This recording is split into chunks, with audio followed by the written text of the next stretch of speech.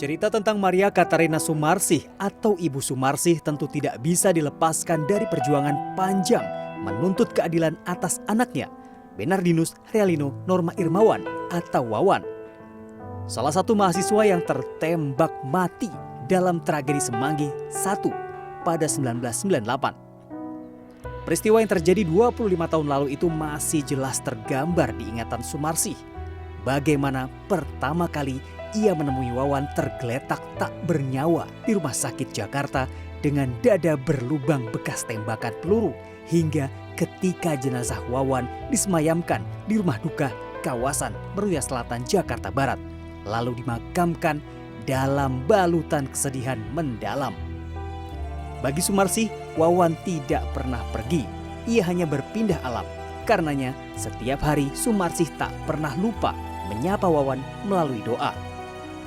Piring yang biasa digunakan Wawan pun selalu siap di meja makan, tempat biasa Wawan duduk. Kehadiran Wawan dalam dirinya juga yang membuat peraih berbagai penghargaan termasuk Yap Tian Hiep Award pada 2004 ini tak lelah menuntut keadilan. Bersama keluarga korban pelanggaran HAM berat yang belum tuntas diusut, perempuan yang kini berusia 71 tahun ini menggagas aksi Kamisan. Demonstrasi yang digelar setiap Kamis di seberang Istana Merdeka. Tahun 2023, aksi yang juga dikenal sebagai aksi payung hitam itu telah dilakukannya selama 17 tahun. Kalau Wawan kan ditembak tanggal 13 November 98. Saya tahun 99 itu saya baru mulai mencari kebenaran, mencari keadilan bersama-sama dengan para pendamping korban dan juga para aktivis, para mahasiswa.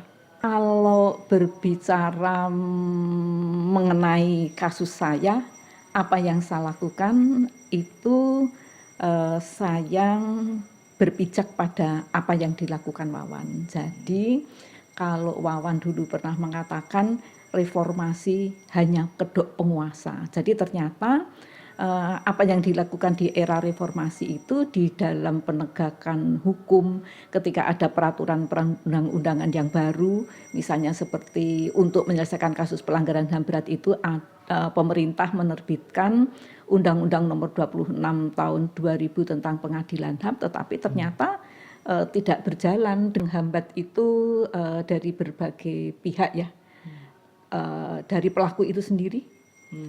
Karena kan kemudian Komnas HAM sudah melakukan penyelidikan, ada nama-nama yang kemudian tercantum di dalam berkas penyelidikan Komnas HAM. Di samping itu juga ketika Wawan mengatakan